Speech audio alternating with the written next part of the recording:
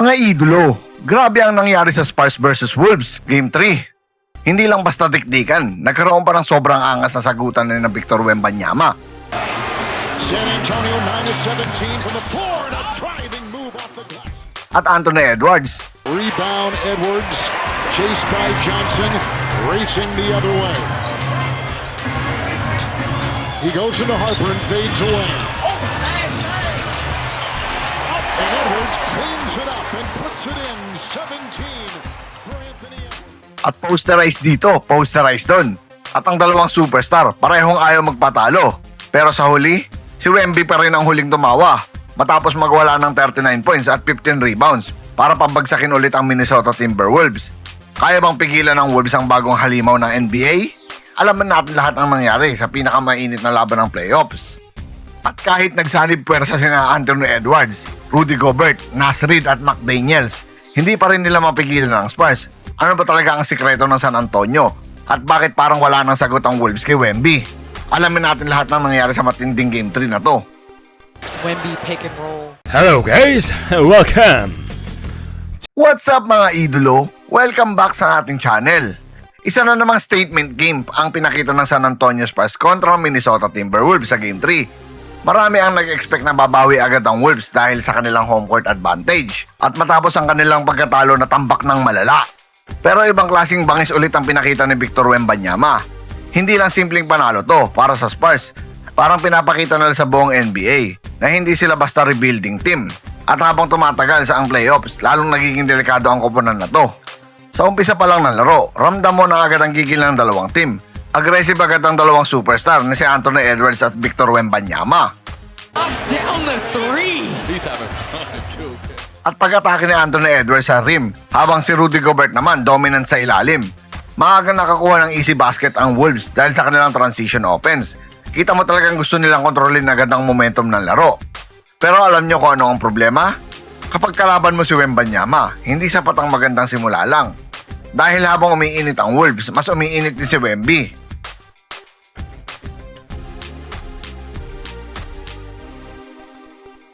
Sunod-sunod ang kanyang outside shots, tapos sinamahan pa ng mga impossible fadeaway at putback baskets. Kahit doblehin siya ng Wolves, nakakagawa pa rin siya ng paraan para makascore. At dito na nagsimulang masira ang depensa ng Minnesota. Victor Wembanyama finished the game with 39 points, 15 rebounds. Sobrang absurd ng numbers na yan lalo na sa pressure ng playoffs. Hindi lang scoring ang ginawa niya, lahat ginawa na niya. Rim protection, rebounding, shot creation, perimeter shooting, interior dominance. Parang wala nang weakness ang laro niya. At ang pinaka nakakatakot, hindi pa siya nasa prime years niya. Habang tumatagal ang serye, mas nagiging confident si Wemby. At kapag confident na si Wembanyama, sobrang hirap na niyang bantayan. Pero syempre mga idolo, hindi lang si Wemby ang dahilan ng panalo. Solid support din ang binigay ni Devin Vassell at Stephon Castle na parehong may tig 13 points. Si Vassell napakahalaga sa spacing ng Spurs. Kada collapse ng depensa kay Wembanyama, automatic ready siya para sa catch and shoot opportunities. Habang si Stephon Castle naman, wow, parang sa batang rookie. Napaka-compose niya sa malaking stage na to. Hindi siya natakot umatake sa depensa ng Wolves at gumawa rin siya ng crucial basket sa second half. Makikita mo talagang future star ang batang to. At syempre, huwag natin kalimutan si De'Aaron Fox. Nagambag siya ng 17 points at napakalaking tulong niya sa tempo ng Spurs sa offense. Kapag bumibilis ang laro, mas nagiging dangerous ang San Antonio. At si De'Aaron Fox ang pangunahing dahilan kung bakit hirap makahabol ang Wolves sa transition defense. Ang bilis talaga nito. Kapag nakakita ng opening, diretso agad sa rim. At ang maganda dito, hindi niya kailangan mag-score ng 30 para maka-apekto sa laro. Ang presensya niya pa lang, sapat na para sa mag-collapse ang depensa. Pero kahit natalo ang Wolves, ibang klaseng effort pa rin ang pinakita ng superstar ng Wolves na si Anthony Edwards. Napaka-explosive sa scoring, umiscore lang naman siya ng 32 points, tulad ng inaasahan ng iba. Pero bumawi siya sa hustle at rebounding pa. Nagkaroon siya ng 14 rebounds. At kitang-kita na ginagawa niya ang lahat para manatiling buhay ang Minnesota.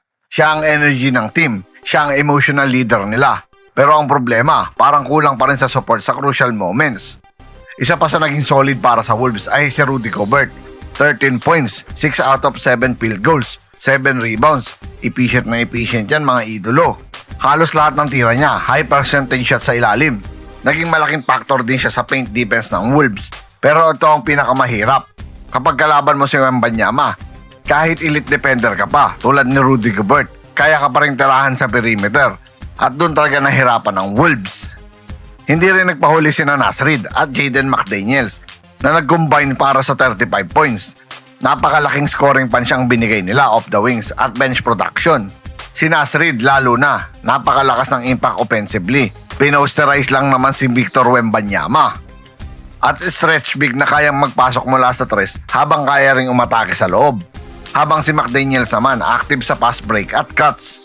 Pero kahit anong effort ang gawin nila, hindi talaga mapigilan ng momentum ng Spurs.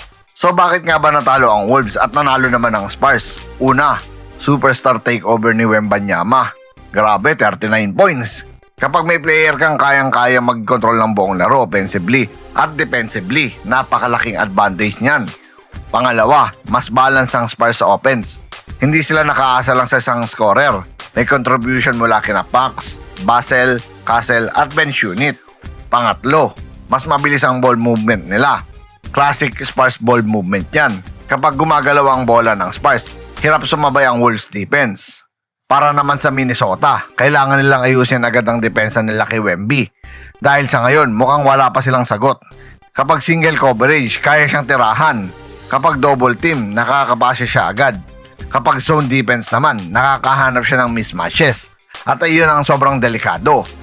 At for me mga idolo, para sa Game 3, na pwede maging adjustment ng Wolves. Mas aggressive trapping kay Wemby. Mas mabilis na rotation sa shooters. More transition offense kay Edwards. Gawing mas physical ang laro, pero risky din yan ha. Dahil kapag nagkamali sila sa rotation, siguradong paparusaan sila ng Spurs shooters. At habang tumatagal ang playoffs, mas lalong nakakatakot isipin ang future ng San Antonio Spurs. Imagine, Wembanyama, Pax, Castle, Basel. Sobrang haba, bilis at versatile na lineup. At kung magtutuloy-tuloy ang chemistry nila, posibleng ito na ang susunod na powerhouse ng NBA. So mga idolo, matapos ang matinding Game 3, Spurs pa rin ang nangingibabaw sa likod ng monster game ni Victor Wembanyama na may 39 points at 15 rebounds. Muling pinatunayan ng San Antonio na seryoso sila sa laban na to. Pero lumaban ang Wolves, nag-step up sina Edward, Gobert, Naz Reid at McDaniels. Pero sa huli, masyadong dominant talaga si Wembanyama. At kayo mga idolo, tingin nyo ba kaya pa bang makabalik ang Timberwolves sa series na to? O tuloy-tuloy na bang aangat ang Spurs papunta sa next round? Comment nyo sa baba ang inyong prediction. At kung nagustuhan nyo ang video na ito, huwag kalimutang mag-like, subscribe at pindutin ang notification bell button para updated kayo sa lahat ng NBA playoff action. Dahil dito sa channel na ito, basketball ang tunay na panalo. Tried to get it and then was shoved and retaken at the other end by the Spurs. And Castle sets, fires three, good. Season 5 of 5, 10 points. Nice little floater. Second chance points for Minnesota, 16-4, wide open. It's Wembanyama. Here's Fox. Champagny, it's a three. The three. Vassell other end, he knocks in a triple. Fox, Kristen, firing, no. Rebound, hustle play, Vassell vacuums it in. Fox, three, yes!